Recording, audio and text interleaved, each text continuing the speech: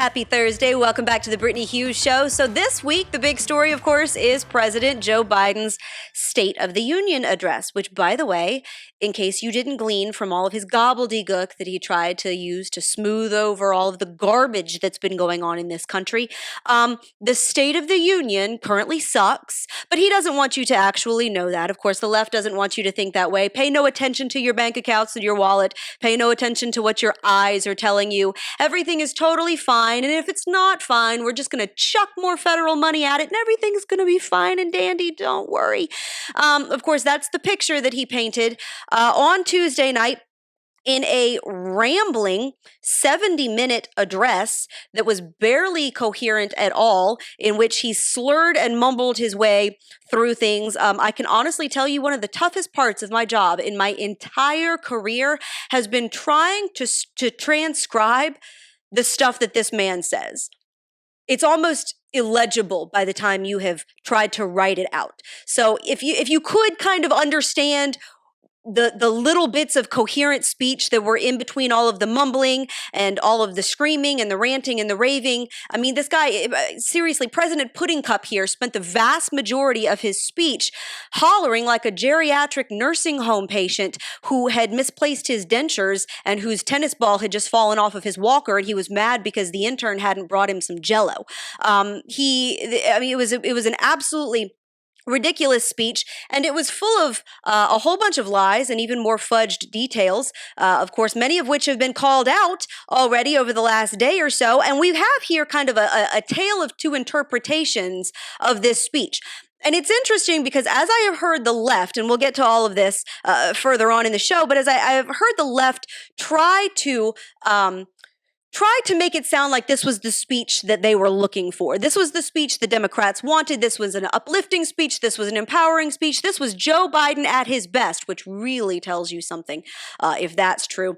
But when you hear them kind of try to look back and make it sound like this was the pinnacle of Joe Biden's presidency, this was exactly what America needed, this was the message that Americans have been waiting for all along, it almost looks, by the expression on their faces and by the hesitancy in their voices half the time, they're not even buying that bull crap. They're not even buying that bull crap. This was a stumbling, rambling speech by a man who looked like he didn't even know where he was half the time, had no idea what he was supposed to be saying. He ended up getting into a tit for tat with some Republicans in the room, and he seemed completely thrown off base and totally lost, which of course is him the majority of the time. I mean, even after he got off stage at the end of his speech, he had to ask one of his handlers which direction he was supposed to walk. He had no idea.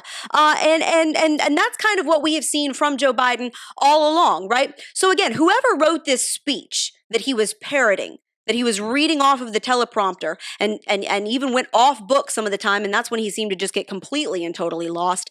Whoever wrote this speech just completely piled it full of so much bullcrap, it's almost difficult to know where to begin. Why? Well, because they know that the average American is feeling the pinch in their wallets. Regardless of all of their social justice campaigning and all of their climate change fear-mongering and all of that stuff, the vast majority of Americans care most about one thing, and that is the money in their bank account and whether or not they have enough to pay their bills for themselves, for their families. That is the number one issue. Historically, it has always been the number one issue. When people don't have money, when people are struggling to heat their homes, when people are having an aneurysm at the grocery store because of prices, when people can't find baby formula, when people are having these kinds of economic troubles, it really doesn't matter what else is going on. They don't care. And this is an administration that, whether Joe Biden understands that or not, because again, most of the time, I don't think he knows what day it is. Half the time, he doesn't even know that he's president. He keeps calling Kamala Harris president. So whether or not Joe Biden realizes that or not, I think that there are people in his administration, and there are people within the Democrat Party that understand that a lot of Americans, even on their side of the political aisle, are not happy. They are not happy. And so they have to kind of, we call it gaslighting, where they have to make you feel like what you're seeing isn't actually the truth. You're the crazy one, right? They try to paint this picture that everything is fine, and if you don't believe it, if you don't believe that everything is fine, you're just buying into the right-wing fear-mongering campaign and don't actually look at your bills and don't look at your grocery receipt. So again, lie after lie after lie in this speech. We're just going to go through a few of them. 70 minutes worth of absolute bullcrap. So first of all, the highlight of the night, I think, came as he claimed that Republicans were demanding cuts to Social Security and Medicare as part of the debt ceiling debate, which, hint, they're not. House Speaker Kevin McCarthy has come out verbatim and publicly stated, look, we are not considering cuts to Medicare and to Social Security in exchange for our support to raise the debt ceiling. Now, Republicans have demanded federal spending cuts, which only make sense if you're going to continue to raise the debt ceiling. Again, our national debt is so wildly out of control. Even if it stopped right now, even if we didn't add another penny to it, which is happening every single second, even if we didn't add another penny to the national debt, our children and their children and their children would be paying this debt off for their entire lives, generations of debt. And Republicans are right to demand we have to have some federal spending cuts if we're going to keep borrowing. We have got to get this under control. We can't keep spending the way that we're spending and continuing to raise the debt ceiling out of control. But Medicare and Social Security cuts for American seniors is not one of the negotiations that's on the table. And McCarthy has repeatedly stated that. But apparently nobody put that in Biden's memo, either that or he just decided to outright ignore it because he once again peddled the line that Republicans want to cut Social Security and Medicare. And here was that tense moment when they flat out called him out in the House chamber for lying. Check this out. Some of my Republican friends want to take the economy hostage. I get it, unless I agree to their economic plans. All of you at home should know what those plans are. Instead of making the wealthy pay their fair share, some Republicans want Medicare and Social Security to sunset. I'm not saying it's a majority. Let me give you, anybody who doubts it, contact my office. I'll give you a copy. I'll give you a copy of the proposal. That means Congress doesn't vote. Well, I'm glad to see you. No, I tell you, I enjoy conversion. You know, it means if Congress doesn't keep the programs the way they are, they'd go away. Other Republicans say, I'm not saying it's a majority of you. I don't even think it's even a significant... but it's being proposed by individuals. I'm not politely not naming them, but it's being proposed by some of you. Look, folks, the idea is that we're not going to be moved into being threatened to default on the debt if we don't respond. Folks,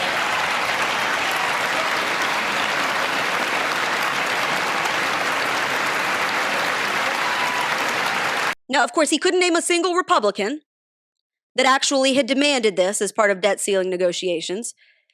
He couldn't substantiate these claims. I think that he thought that he was going to be able to rattle this off, or again, whoever wrote his speech thought that he was just going to be able to rattle this off and he wasn't going to get any pushback. And clearly that's not what happened here. He got called out for it and then he had no idea where to go from there. And I know that some people on the left are trying to make this out like some 4D chess move where he threw that out there so that he could get Republicans to agree to never cut Medicare or Social Security. That's not what happened here. What happened here is that he got caught in a falsehood. He got called out for it, and then he had no idea where to go with his speech. And he had to get back on track with his safe little teleprompter because, again, he doesn't know where he's at most of the time, much less how to have a debate in real time about real issues. Someone has to spoon feed him information that he then has to parrot. And when he goes off book, it just goes off the rails and he begins to spiral. And that's what we saw here. But the lies just continued and the falsehoods just continued the whole entire night. He got straight up laughed at when he tried to defend himself against oil companies. This moment was absolutely hilarious. When he called himself out by saying, look, the oil companies have told me that they're not going to roll their profits back into infrastructure for more oil drilling because they know that I want to stop oil drilling. And I'm telling them, hey, look, guys, you know, oil's going to be around for like, I don't know, at least the next 10 years or so. have you noticed Big Oil just reported its profits, record profits? Last year they made $200 billion. in the midst of a global energy crisis. I think it's outrageous. Why? They invested too little of that profit to increase domestic production. And when I talk to a couple of them, they say, we're afraid you're going to shut down all the oil wells, all the oil refineries anyway, so why should we invest in them? I said, we're going to need oil for at least another decade. And that's going to exceed and beyond that. We're going to need it. Which is laughable. He got laughed at because that is laughable. It's laughable for a couple of reasons. First of all, he made his opponent's arguments for them by saying, of course, oil companies aren't going to invest billions of dollars in infrastructure to drill for more oil when I have explicitly stated that I want to shut down that entire industry. We want to go completely green. We want everything to be, powered by the magical wall fairies that create electricity. We don't want oil. We don't want coal. But hey, look, guys, we are going to need it for like the next 10 years or so. So if you could just go ahead and throw all your profits into reinvesting in your infrastructure, that would be totally kosher. First of all, we're going to need oil for a lot longer than 10 years. If you think in 10 years that everything that runs off of oil, namely vehicles, are all going to be electric, I mean, for heaven's sake, California's not even pushing for an oilless society in the next 10 years. They want one, but there's no way that in 10 years we're going to suddenly stop needing oil. So that's bullcrap by itself. But even if you made that claim, why in the world would oil companies spend billions and billions and billions of dollars in infrastructure for a 10-year timeline to try to lower gas prices to suit the political ambitions of a president that's looking to shut down their entire industry? Why in the world would they do that? That is ridiculous. And the fact that he thought that that was an applause line just shows how completely out of touch not only he is, but this green energy, leftist, rabid, militant group that thinks that we're just going to suddenly pitch oil and coal out the window like that's not what the vast majority of the country runs on, and we're just going to switch to a whole bunch of eagle-killing turbines in the next decade. Insane stuff. He then bragged that he's taking on big pharma to lower the cost of drugs and cut high company profits, even though this is the same exact president who once tried and failed to force millions upon millions of Americans forcibly to take big pharma's vaccine, which is now apparently causing a whole bunch of heart problems in people that can, of course, only be solved by more drugs. If Joe Biden has done anything with big pharma, it is to help big pharma and to pad their bank accounts. He didn't really address the 5 million illegal aliens that have come across the southwest U.S. border under his administration, including millions of known gotaways who were not apprehended by Border Patrol agents, including tens of thousands of people that are now, thankfully, being bussed into blue cities so that they can at least get some notion of what border towns have been dealing with under this administration for the past 2 years. He doesn't want to talk about that. On a foreign policy perspective, he claimed that under his leadership, the U.S. is now standing up to China like it never has before, and applauded himself. Tangentially, he didn't mention it by name, but insinuated that his administration deserves credit for shooting down the Chinese spy balloon last week, which, of course, only happened after Biden let it take a nice little 4-day-long transcontinental trot from sea to shining sea. Lord only knows what the Chinese got in that time frame, but of course, we had to get it off the coast of South Carolina to make sure that it didn't come down and hurt anybody.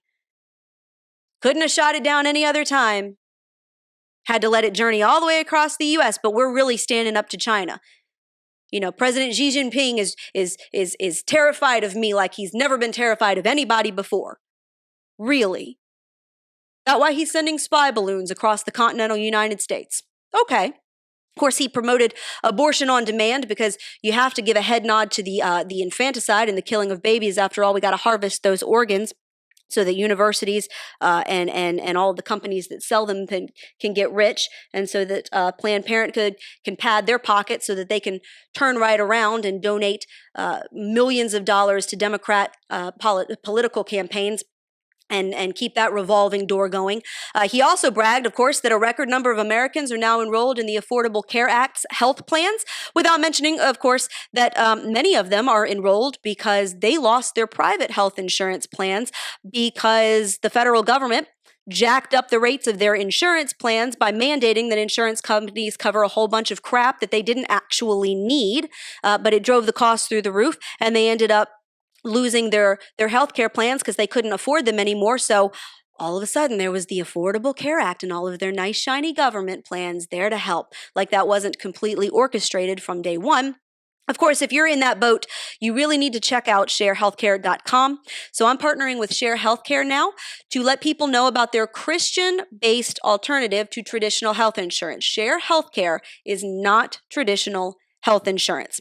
It is a cost-sharing program between people who do not want to pay exorbitant premiums for health coverage that they may not need, and who do not want to subsidize medical costs that don't align with their faith-based values. So if you are looking for health insurance plans that could start as low as $149 a month, way lower than the national average for a single person healthcare plan in this country. If you're looking for a share cost program, Share Healthcare provides Americans with medical, financial, and religious freedom by offering share cost plans that align with your Christian values. So if you think that that might be right for you and your family, go to sharehealthcare.com, check out the referral code MRCTV23, that's sharehealthcare.com, MRCTV23, and try to find a plan that is right for you and your family today. Of course, that was hardly the end of all of Joe Biden's gobbledygook that he spewed from his little bully pulpit that he had there on Tuesday, after, of course, signing historic trillion-dollar spending bills that basically targeted the left's giant fictitious boogeyman of climate change under the auspices of infrastructure and inflation reduction and all of these nice little monikers that the left likes to put on their bills to make it sound like they're doing things for you, but really they're just padding the pockets of all of these groups that donate to their political campaigns. After signing these trillion-dollar spending bills that, like the COVID Relief Act that, of course, pumped so much cash into the economy that it created historic inflation, he claimed that the government still doesn't have enough money. Of course, you notice this every single time a leftist gets behind the microphone. They use this one phrase constantly: fair share. They always want to talk about the fair share. The rich are not paying their fair share. Companies are not paying their fair share. Corporations are not paying their fair share. And you will notice every single time, they never define fair share. This is sort of a vague, nebulous phrase that they have tossed around for years, Elizabeth Warren being the worst offender of all of them. And Joe Biden repeated that multiple times in his speech on Tuesday night, that people at the top of the U.S. economy are not paying their fair share. They never define this because it will never be enough money. It's not like they say, well, if they just paid 40% of everything that they earned, that would be their fair share, and we'd never ask them for a penny more. If they just paid 60% of everything that they earned, that would be their fair share. Whatever it is that they think is a fair share, they never spit out an actual number, because it always moves. They will never, ever, ever run out of things to spend other people's money on. And it doesn't matter how much money you take from the rich or companies, it will never be enough, so it will never be their fair share. That's why they don't attach a number to it, which, of course, Biden, again, did not attach a number to it on Tuesday night. But he claimed that, of course, we have to up taxes and we have to tax people more so that we have more money to spend, even though we are spending historically, the federal government is spending more than it ever has in the history of this country and is racking up debt to beat the band. They don't have enough money. They will never have enough money. Of course, he also said that his administration has created 12 million new jobs. Of course, that is a big fat load of bullcrap. His administration has not created 12 million new jobs. Many of those, in fact, most of those were jobs that returned from the pandemic. They were there before the government shut everything down for the COVID pandemic, and we saw how all of that turned out.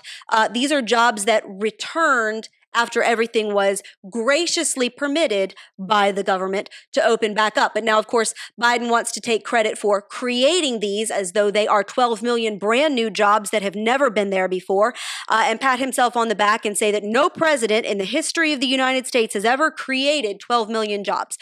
No, and neither has he. He also said that fast food workers are being forced to sign non-compete clauses, which is an urban legend that has been repeatedly debunked even by left-leaning fact checkers. He went on and on and on about targeting junk fees, which, by the way, is not under the government's purview. It does not matter how much you do not like being charged overdraft fees or hotel resort fees or extra fees from Ticketmaster whenever you book your Taylor Swift concert tickets or whatever. Doesn't matter. Doesn't matter how irritating that might be. It is not within the federal government's purview to tell companies what fees they can and cannot charge. The free market can refuse to pay them by just simply not purchasing the product. That's the whole point of competition. That's the whole point of, if you don't want to pay the fees, don't go to the concert. Don't stay at that hotel. You can choose with your money. But of course, Joe Biden and the left, they don't want to let people make their own choices. They want to target the private sector with more odious government regulations, which of course won't actually make the fees go away. Does anybody actually think that if you tell a company you can't charge this and that fee, that they won't just roll it right into the base cost of something? The consumer is still going to pay all of that. They're still going to pay all of that. As a matter of fact, they may even end up, paying more if the government requires these companies to then file certain amounts of paperwork and jump through all these red tape hoops to prove that they're not jacking up rates or whatever. All of this ends up actually penalizing the consumer. But Joe Biden doesn't really care about that. He thinks that that's under the government's powers to target junk fees because, again, he doesn't want to talk about the price of eggs. He doesn't want to talk about the price of butter. He doesn't want to talk about how the price of gas is going back up. He thinks that Americans' number one concern is that they are being charged an extra $10 when they have to check out at Ticketmaster to get their concert tickets, or an extra $50 in a resort fee, which, P.S., by the way, a lot of those in many areas are set by localities and states. That's not actually a federal government thing. But it sounds really, really nice when you want to throw something out there to Americans to make it sound as though you care about what's going on with their bills after you've spent 2 years completely decimating their bank accounts with rising inflation, which he also said he's working to get under control without, of course, acknowledging that it's been under his administration that inflation has hit historic highs. So any drop in inflation, it's still way higher than it was when he first took office. And the only reason that it's coming down is because it peaked, again, under his administration. He doesn't want to talk about that. He didn't address high crime levels in largely blue cities that are completely out of control.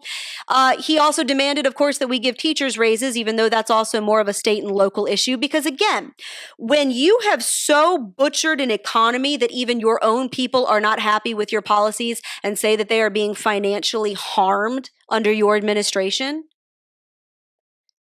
you want to throw out anything that might tickle their ears, even if it's not something that you can do.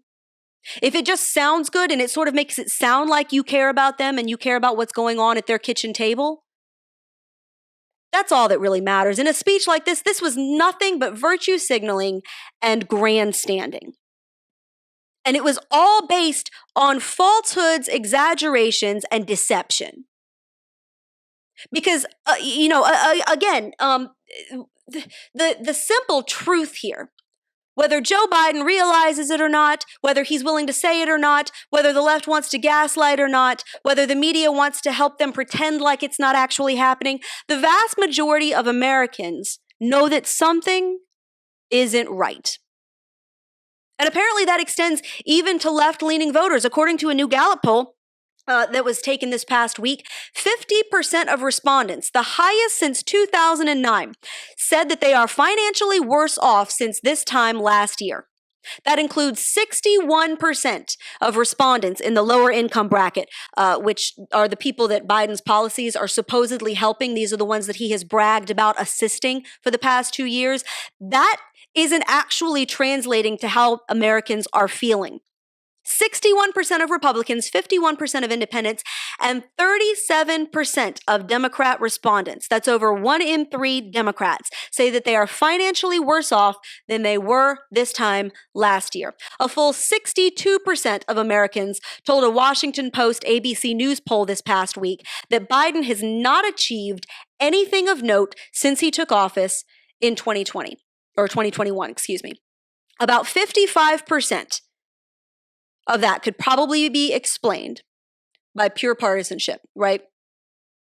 Most Republicans that are polled are going to say that a Democrat president hasn't really achieved much. But that leaves 17% of independents and Democrats who say that they actually don't think he's really accomplished anything in 2 years, in the 2 years he's been in office. By the way, the vast majority of that time with a Democrat-controlled Congress. And they don't feel like that has actually impacted their lives for the better. 58% of respondents said they don't like Biden's handling of the economy. Another 59% said that they don't approve of his approach to border security and immigration, largely because there hasn't been one. Now, in all fairness, I think that this is a little bit unfair to Joe Biden to say that he hasn't accomplished anything in 2 years. I'm going to defend the man just a tiny little bit here, shockingly. Considering the fact that he has managed to oversee historic and crippling inflation, sky-high gas prices, $9 a carton eggs, a record-smashing border surge, a tidal wave of fentanyl, a tried but failed vaccine mandate, a supply chain crisis, a lingering labor shortage, an unprecedented lack of baby formula that sent parents scrambling, the transgender agenda that has been allowed to run rampant on America's children, the first ever cross-continental trip of a Chinese spy balloon, the handing over of Afghanistan back to the Taliban, and trillions spent on climate change, all while Americans struggle to pay their heating bills. I would say that he has accomplished a whole heck of a lot. Just nothing good. And Americans are feeling that. And polls may be a snapshot in time, but repeated polls over the past 2 years have shown a declining number of people feeling like things are going well for them. And it doesn't matter how much you stand in front of a microphone and try to paint a rosy picture like that's not happening. Most Americans recognize that the economy is in shambles, that we have a busted border that this president is not interested in thinking about, much less addressing, that the price of goods and services is skyrocketing. There's a labor shortage. We have a problem. And these were not problems that we were facing under the previous administration, whether you loved him or hated him. These were not things that were happening under the previous administration. It started with COVID policies under Trump that were pushed largely by leftists, that were continued under Biden, and that were compounded by leftist policies that ramped up inflation, crippled the economy, created an energy crisis, weakened us on the world stage, threw open our border, and has sent our country into chaos. And even leftists are starting to wake up to this. Now, of course, the media doesn't want you to know this. Of course, they waxed somewhat, at least as best they could, poetic about Biden's speech. For example, here was over on CNN, where the analysts kind of made the assessment that Biden's speech was actually pretty good, for Biden. Yeah, I think that this is generally viewed as a fairly strong speech, especially for Biden. You heard it also from Speaker Pelosi, who was here just a few minutes ago. I think Democrats are pretty elated, and that's beyond just the sort of typical kind of talking points kind of thing. I think you're hearing a feeling that they needed Biden to do a certain set of things, and he accomplished what they wanted him to do in terms of the tone, the tenor, and the substance of the speech. It's interesting to me. I love the comparisons because I think it tells us a lot about just the kind of declining ability of the American people to come to an agreement on things. It's sort of like trickling away over the years, but I think it's just a reflection of the deep partisanship. I mean, we are in a pretty divided place as a country. So in some ways, Biden kind of scoring marks about as well as he did when he first got into office is probably a triumph for him. So basically the bar was pretty freaking low is what I'm getting from that assessment. But this is what the left does, right? This is what the media does. They help carry water for the left to try to make it like things aren't really as bad as they seem. There was an absolutely stunning example, and I wanted to get to this real quick because it's one of the most brazen middle fingers, I think, that I have seen to the American worker and to the American family in a long time, and that's quite frankly saying something from the media. This was insane. The Washington Post. And I understand what I'm saying when I start something with that. Of course, it's the Washington Post. It's either the Washington Post or the New York Times. But it was the Washington Post this time, which is failing so hard that they have lost about 500,000 subscribers in the past 2 years and are having to lay off a whole bunch of people. So it's kind of par for the course that they publish this kind of garbage. Makes you really wonder why nobody wants to read it.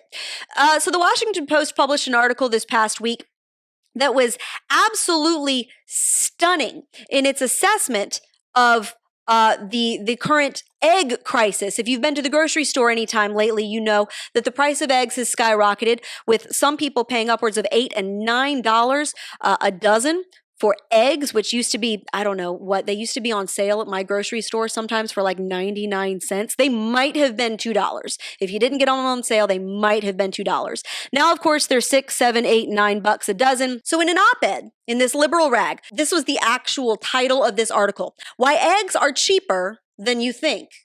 Which again is exactly what the leftist media does, right? Yeah, things are kind of rough, and we know that you think that your bank account is being depleted. We know that you think that things are really bad right now. We know that you think that you're struggling, but things aren't really that bad, and I'm going to tell you why. That's what they do, right? You're not actually experiencing what you think you're experiencing. Here's why eggs, which you're now paying 3 and 4 times as much for at the grocery store, are actually cheaper than you realize. And here's the argument that she makes. I crap you not. Eggs are cheaper than you think, and you shouldn't whine about it because people back in 1901 couldn't afford eggs either. Kid you not. Entire article that made it from this columnist through an editor that was actually published in the Washington Post, trying to tell people that you shouldn't whine about having to pay so much for your eggs because people in 1901 couldn't afford eggs either. And by the way, you ungrateful whiner, they couldn't afford chicken either. And it all has to do with the fact that there used to not be nearly as many chickens, and now we've got more chickens, and technology has made it so that our chickens produce more eggs, and so now we have plentiful eggs, and that drove the price of eggs down, and we've all just been enjoying the benefits of cheap eggs. So now that they're shooting back up, we really shouldn't complain about that because, hey, people 130 years ago, they also couldn't afford eggs. So I hope that makes you feel better about your grocery bill. And this is what the media does. This is how they carry water for the Biden administration and for the leftist policies that result in things like just completely decimated supply chains and rampant inflation and labor shortages and all the stuff that goes into why the cost of everything is shooting through the roof. They try to make it sound like it's really not that bad. It's absolutely unbelievable. She also adds, by the way, that like Miss Betty McPantyhose or whatever back in 1914 spent about 5 full work days every week preparing her meals, which had absolutely nothing at all to do with the overall point of her story, except to make 21st century you feel really bad about complaining about anything. So again, she also pointed out that eggs, believe it or not, once actually cost more than steak. Of course, that was back before Henry Ford rolled out the first Model T, and there were still people alive that could remember the Civil War, but no matter that, we're going to reach back in history and put this in historical context so that you can understand that you really shouldn't be complaining about having to spend so much money on eggs. Unbelievable. That would be like me telling the Washington Post and all of the people that are about to be laid off because this paper is tanking so hard not to fret, because back in the Great Depression, the stock market tanked and a whole bunch of people lost their jobs and ended up in Hooverville. So as long as they've still got indoor plumbing, they should just take their pink slip and be happy. I don't know why this needs to be said out loud. But that doesn't make it any easier for the people that are now paying $5, $6, $7, $8 for a carton of eggs that might go through 2 or 3 cartons because they've got a family to feed. I know that the liberal elites don't actually care about those people. I understand that sitting up there in their ivory towers and behind their media microphones and whatnot. I understand that they have entire, not just condescension for the American family, but they're completely out of touch with the real world. They're completely out of touch with what everyday Americans go through in their lives, trying to put food on their tables, trying to heat their homes, keep a roof over their heads, try to put their kids in a decent school. I understand that they are so wildly out of touch with those issues. But because they don't seem to understand that waving a roaring 20s diner menu in somebody's face doesn't make them feel any better about paying, twice as much for a stick of butter today. Just because the Neanderthals had to cook over an open flame does not mean that when my neighbor's 5-burner oven goes on the fritz, that's not a problem for him. Just because the pioneers had to, wash their starched bloomers and beat them on a rock and hang them on a rope over a kettle fire does not mean that a mom of 4 kids doesn't have a problem when her dryer goes on the fritz. I know that the left is trying so desperately to pretend like this country is not in crisis. But when Americans can see it in their wallets every single day, and every single time that they have to plunk their credit card down at the grocery store, every single time that they have to stroke a check for their electric bill, every single time there's nothing left over at the end of the month to put into savings, every single time they don't get to go on vacation because they're too busy trying to pay their mortgage. This kind of gaslighting doesn't work. And you can stand up there in front of a joint session of Congress in these echoey marble halls in front of a whole bunch of people that basically exist off of the American taxpayer and spend their days pontificating about how to spend trillions more of our forcibly taken cash and try to make it sound like everything is rosy and there's no problem and that the State of the Union is strong. But Americans recognize that that isn't true. And this is where leftist policies get you every single time. It's smoke and mirrors. It's words and promises. It's emptiness. This is what socialism gets you every time. This is what big government gets you every time. It is a bottomless pit that will never, ever, ever have enough cash. Never, ever, ever have enough to spend. Never, ever, ever run out of programs to dump other people's money into. Never run out of promises that they, are going to fix all of our problems. And it never results in a single tangible thing getting better.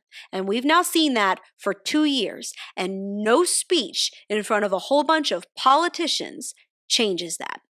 And with that, that's the Brittany Hughes Show for this week. I will see you guys back here next Thursday. Again, sharehealthcare.com. Head on over there if you think that a cost-sharing plan might be better than traditional health insurance for you and your family. The referral code for that is MRCTV23.